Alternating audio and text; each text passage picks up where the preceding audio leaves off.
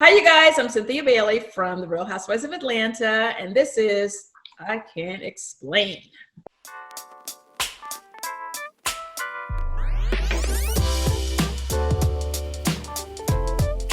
Yes. So, me in a two-piece bikini.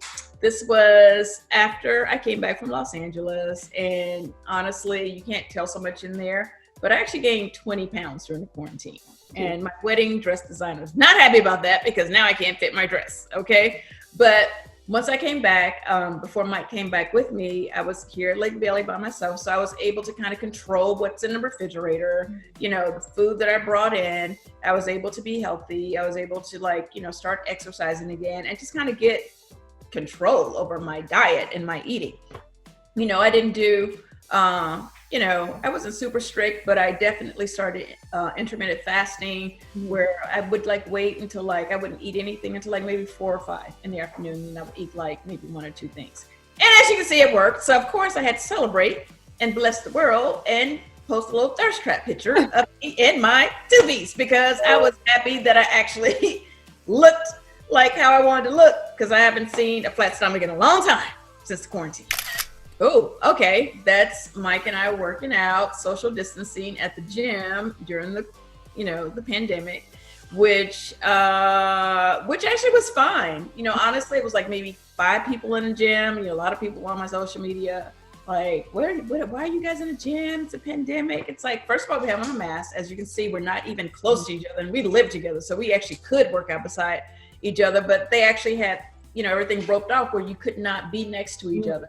It literally smelled like bleach when you walked in there. Everything is disinfected. It's cleaner than ever. So we felt comfortable. God forbid we go to the gym and it's 800 people in there, then we won't go. We won't work out that day. We're being careful, but at the same time, you have to get back to your life. We need to work out. We're eating all this food. We just ordered some food from Grubhub.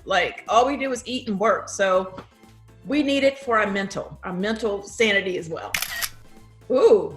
That's me, Cal, and Lisa Renna. We're at the Women's Cancer Research Fund in Los Angeles, which is an amazing event. And I'm on, one of the boards for that charity. And it was a good time. It's a good time. I love hanging out with LA ladies. Oh, me and Steve Harvey. Yes. Well, Steve, as you guys all know, introduced me to Mike. We met on his show, Steve's Dating Pool. So Steve is a really good friend of ours. He's someone that, I look up to. He's like family. He was in Atlanta. He had a golf tournament and his people reached out to my people and wanted the Bailey Wine Cellar to sponsor the wine for the golf tournament. So that's how I ended up there. And it was good to catch up with him. Oh, okay. That's in LA. That was when we were still in the quarantine. And that's us in the backyard, which we spent a lot of time in the backyard because it was our only escape from being actually inside the house. Right. And, that's just us having a moment, just having a little, cuddly moment.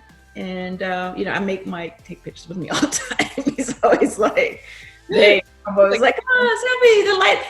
Pretty much to me, if it's good light, who wants to waste some good sunlight? If the light looks good, I'm baby, the light is perfect. Jump in here. Oh, that's me and Chris Harrison. Okay, so I have my peach Bellini, and Chris just he just actually partnered with Seagram's as well for a rosé drink. So the rose, the bachelor gives a rose, so rose. So yeah, we actually were at a Seagram's event together, and it was really cool to hang out with him. He was picking my brain. He's yeah, I want to make sure my drink is as successful as Peach Bellini and And he's on a reality show. I'm on a reality show. One of the coolest guys. He's got a chance to hang out. He told me how he got into business. And his story is amazing. I shouldn't share it on his behalf, but I'm just saying, long and short, when he auditioned for The Bachelor, the person he sat down with, they totally didn't even vibe. And he thought the whole interview sucked and it wasn't going to happen. I hope I'm saying it right, Chris.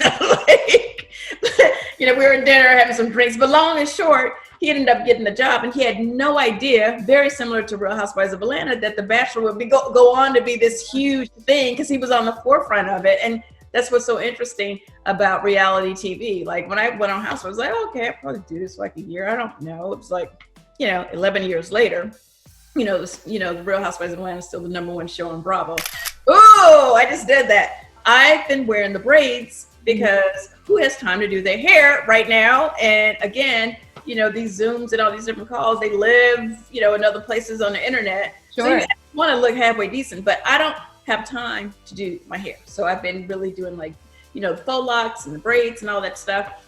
And I took them out the other night to do my housewife interview because I actually did want to wear like a little wig for that. Mm-hmm. And I was like, wait a minute, my hair grew out so much in the quarantine because it's been braided the whole time, pretty much. It's getting braided. And it grew, and I had an afro, and that's all my real hair.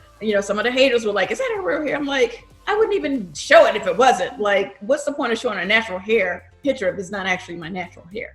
So I was really proud, and I thought it was really cool, and it was just refreshing. No makeup. Yeah. And just, my naked truth.